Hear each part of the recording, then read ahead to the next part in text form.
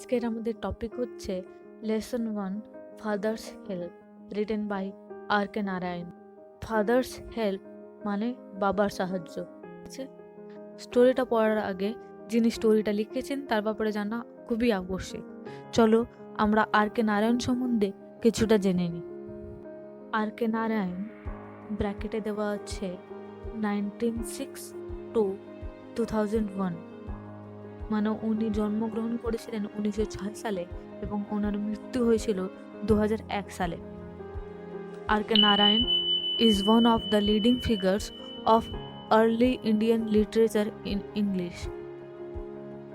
আর K Narayan হলেন আদি ভারতীয় ইংরেজি সাহিত্যের একজন নেতৃত্বস্থানীয় ব্যক্তি, মানে ইংরেজি সাহিত্যে ওনার খুব নাম ছিল। উনি একটা লিডিং ফিগার হিসাবে সেখানে বর্তমান ছিলেন। His notable works include Malgudi days and the guide. তার নোটেবল লক্ষণীয়, লক্ষ্য করার মতো ওয়ার্কস কাজ include Malgudi days and the guide. Include মানে নেওয়া, ওটাকেও নেওয়া, কোনো আরও জিনিস আছে তার মধ্যে অন্য আরেকটা জিনিসকে নেওয়া। ইনক্লুড করা মানে তোমাদের কোনো টিম আছে এবং কেউ একজন তোমাকে বলে যে আমিও আসবো, then you are including him in your team also. তো ইনক্লুডিং মানে সেটাকে বোঝাচ্ছে। এবার মালগুড়ি ডেজ এবং দ্য গাইড এরা কিসে ইনক্লুড আছে? Indian literature in English. R K নারায়ণের ভারতীয় ইংরেজি সাহিত্যের মধ্যে ইনক্লুডিং আছে। ওনার আরও লেখা আছে, এই দুটো এখানে মেনশন করা আছে। মেনশন মানে উল্লেখ। He was awarded the Sahitya Akademi Award in 1958 for The Guide. The Guide লেখাটার জন্য তিনি 1958 সালে সাহিত্য একাডেমি পুরস্কার পেয়েছিলেন। অ্যাওয়ার্ড মানে পুরস্কার, অ্যাওয়ার্ডেড মানে পুরস্কৃত। দ্য স্টোরি কাহিনীটা an edited except from Malgudi days. এই স্টোরিটা হচ্ছে অ্যান এডিটেড মানে বাছা, ভাগ করা, কাটা অংশ। এক্সেপ্ট মানে উদ্ধৃতাংশ। এই যে উদ্ধৃতাংশটা নেওয়া হয়েছে, এই স্টোরিটা হচ্ছে অ্যান এক্সেপ্ট সংগ্রহ, উদ্ধৃতাংশ ফ্রম মালগুড়ি ডেজ। মালগুড়ি ডেজের একটা উদ্ধৃতাংশ হচ্ছে এই স্টোরিটা, এই কাহিনীটা। Is about a young boy called Swaminathan. এই স্টোরিটা হচ্ছে একটা ইয়াং বয়, একটা যুবক ছেলে কল্ড স্বামীনাথন, যার নাম ছিল Swaminathan, who is unwilling to go to school, যে স্কুল যেতে একদম ইচ্ছা করে না। আনউইলিং মানে অনিচ্ছা। But is forced by his father to attend school, কিন্তু তার বাবার দ্বারা সে ফোর্স হচ্ছে, তাকে জোরদস্তি করা হচ্ছে স্কুল যাওয়ার জন্য। দ্য স্টোরি এক্সপ্লোরস হাউ, গল্পটা বিশ্লেষণ করে, হাউ কিভাবে, গল্পটা বিশ্লেষণ করে কিভাবে, through the events that follow, through the events, ইভেন্টগুলো দিয়ে মানে ঘটনাগুলো দিয়ে, দ্যাট ফলো মানে যে স্টোরিগুলোর মধ্যে যে ঘটনাগুলো থাকবে সেই ঘটনাগুলো দিয়ে কিভাবে Swami's original reservation about his teacher, স্বামীর অরিজিনাল আসল রিজার্ভেশন, রিজার্ভেশন মানে ধারণা, অ্যাবাউট হিজ টিচার স্যামুয়েল, তার স্যামুয়েল নামক একটা শিক্ষক সম্বন্ধে, get transformed considerably. Get transformed মানে হচ্ছে বদলে গিয়েছে বা কীভাবে বদলে যায় প্রচুরভাবে, কনসিডারেবলি মানে অনেক, প্রচুরভাবে বদলে যায়। মানে এই গল্পটা পড়ে আমরা বুঝতে পারবো স্বামী নিজের টিচারের ব্যাপারে অন্য কিছু ভাবতো, কিন্তু বিভিন্ন ঘটনা ঘটবে, সেই ঘটনার মাধ্যমে তার ধারণাগুলো চেঞ্জ হয়ে যাবে, বদলে যাবে। রিড দ্য ফলোয়িং, এবার নিচেটুকু পড়ো। ইউনিট 1, ইউনিট 1 এবার আমরা শুরু করব। লেইং ইন বেড, খাটে শুয়ে থেকে, বেডে শুয়ে থেকে স্বামী রিয়েলাইজড, স্বামী অনুভব করলো উইথ এ সাডার, একটা কাঁপুনির সঙ্গে, that it was Monday morning, যে সেটা হলো একটা সোমবারের সকাল। মানে বেডে শুয়ে থেকে স্বামী রিয়েলাইজ করলো, অনুভব করলো যে সেটা সোমবারের সকাল। It looked as though only a moment ago it was Friday. এটা মনে হলো অ্যাজ দো, যদিও কিছু মুহূর্ত আগেই তো শুক্রবার ছিল। অলরেডি মানডে ওয়াজ হেয়ার। এত তাড়াতাড়ি মানডে চলে এলো, এত তাড়াতাড়ি সোমবার চলে এলো। He hoped he didn't have to go to school. সে আশা করেছিল যে তাকে আর স্কুল যেতে হবে না। মানে শুক্রবার স্কুল হয়েছিল, নিয়ে শনিবার আর রবিবার ছুটি, আবার সোমবার। ও ভাবছে কিছুদিন আগে, কিছু মুহূর্ত আগে তো শুক্রবার ছিল, এত তাড়াতাড়ি সোমবার হয়ে গেল, আবার স্কুল যেতে হবে। তো সে সেরকমভাবে আশা করেছিল যাতে স্কুল না যেতে হয় আজকেও।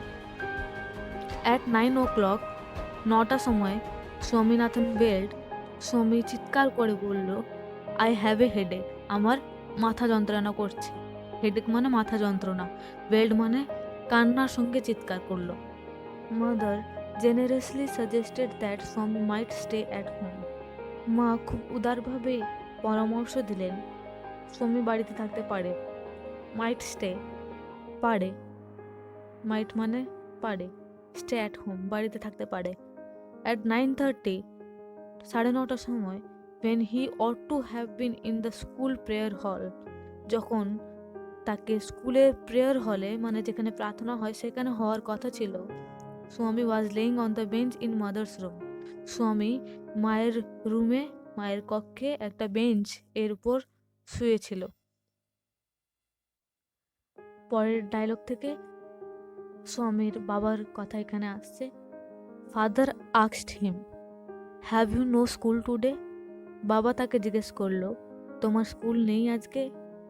হেডেক, স্বামী রিপ্লাইড, বললো যে আমার মাথা ব্যথা করছে, আমি যাবো না। খালি হেডেক বলে উত্তরটা দিয়ে দিল। লোভ মানে ঘোরাফেরা করা, কুড়েমি করা। লোভ অ্যাবাউট লেস অন সানডে, রবিবারে একটু ঘোরাঘুরি কম করো।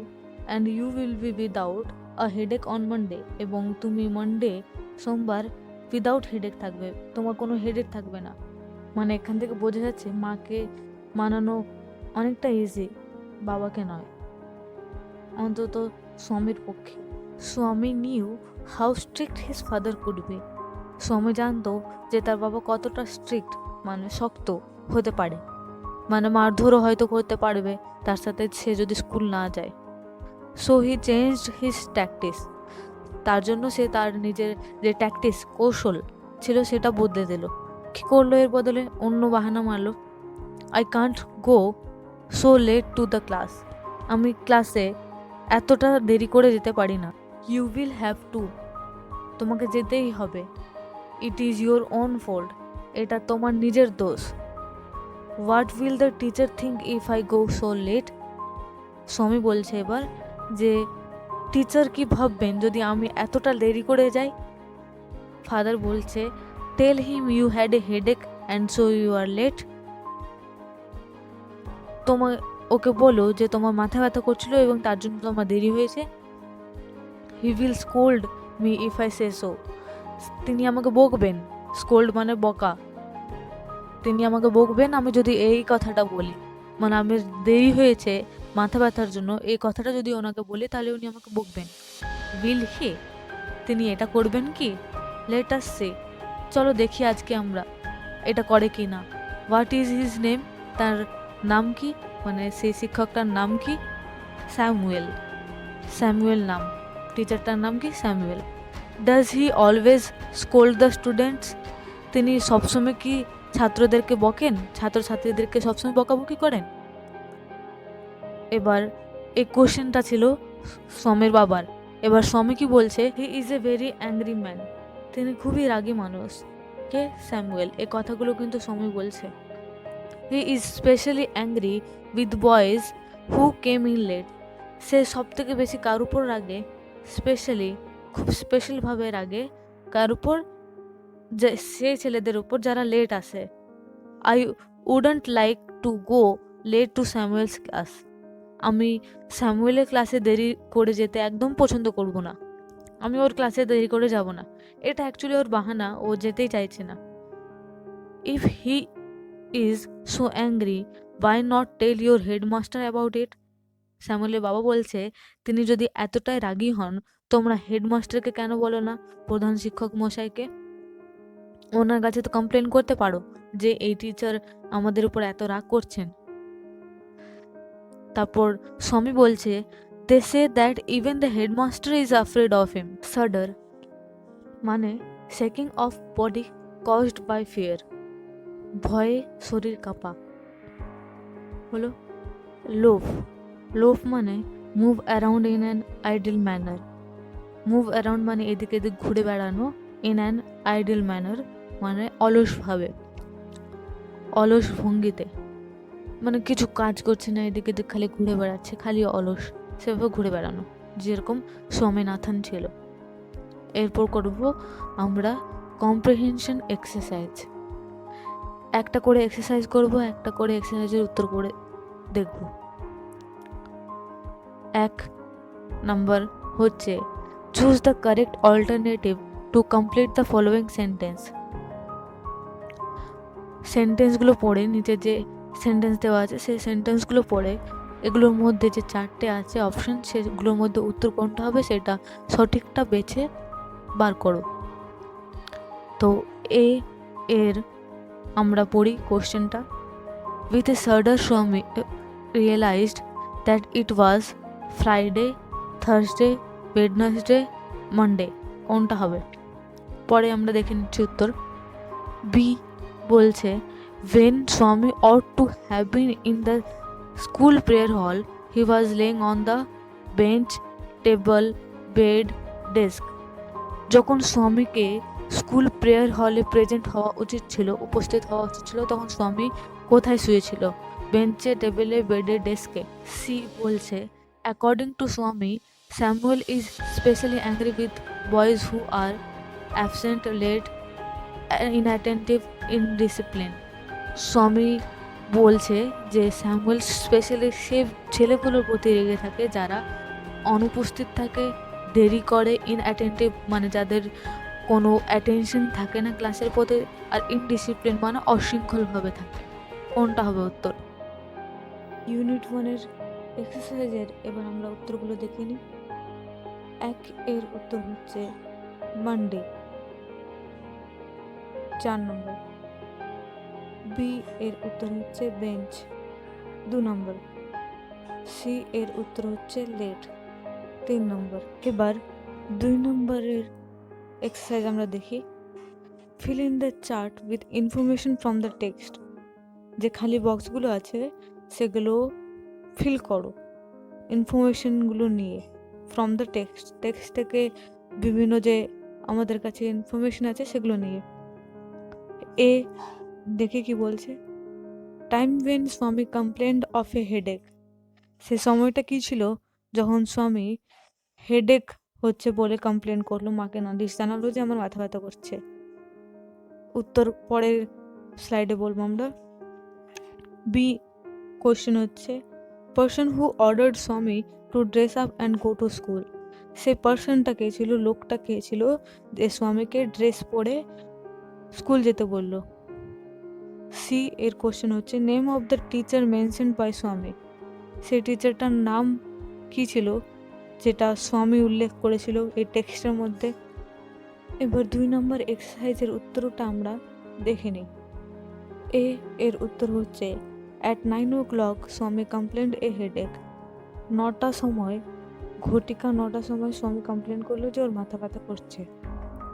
সেই সেন্টেন্সটার সাপোর্টিং স্টেটমেন্ট ট্রু ফলস যেরকম আমরা দিই, রিলেটেড এই টেক্সট থেকে ইনফরমেশন নিয়ে আমাদেরকে দিতে হবে। বি এর উত্তর হচ্ছে person who ordered Swami to dress up and go to school was his father. স্বামীর বাবা বলেছিল ওকে ড্রেস পরে স্কুল যেতে। সি এর উত্তর হচ্ছে name of the teacher mentioned by Swami was Samuel. যে টিচারটার কথা স্বামী বলেছিল সেই টিচারটার নাম ছিল স্যামুয়েল। এবার 3 নম্বর এক্সারসাইজটা আমরা দেখি। State whether the following statements are true or false. নিচে যে সেন্টেন্সগুলো আছে সেটা বলো সত্যি না মিথ্যে। Provide sentences, phrase, words in support of your answer. তুমি ট্রু লিখছো না ফলস লিখছো, সেই প্রুফ হিসাবে তুমি কি সত্যি ঠিক লিখেছো কিনা সেই হিসাবে একটা সাপোর্টিং স্টেটমেন্ট দিতে হবে।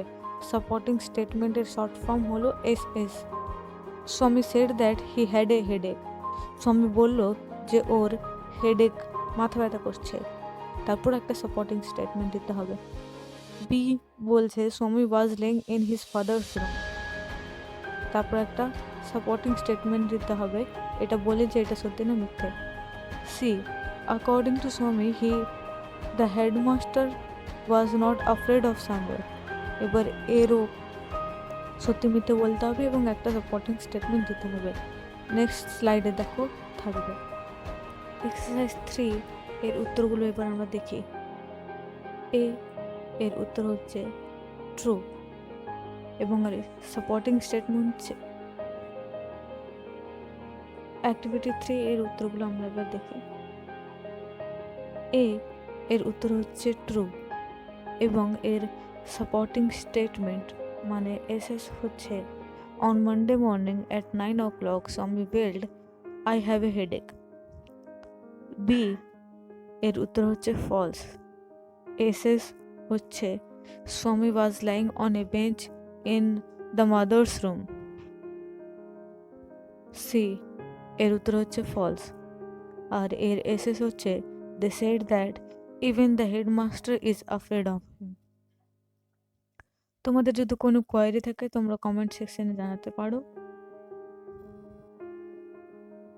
এই পিডিএফটা ডেসক্রিপশন বক্সে দেওয়া থাকবে এবং যদি যোগাযোগ করতে চাও তাহলে আমাদের ইনস্টাগ্রাম হ্যান্ডেলে আমাদের সঙ্গে যোগাযোগ করো।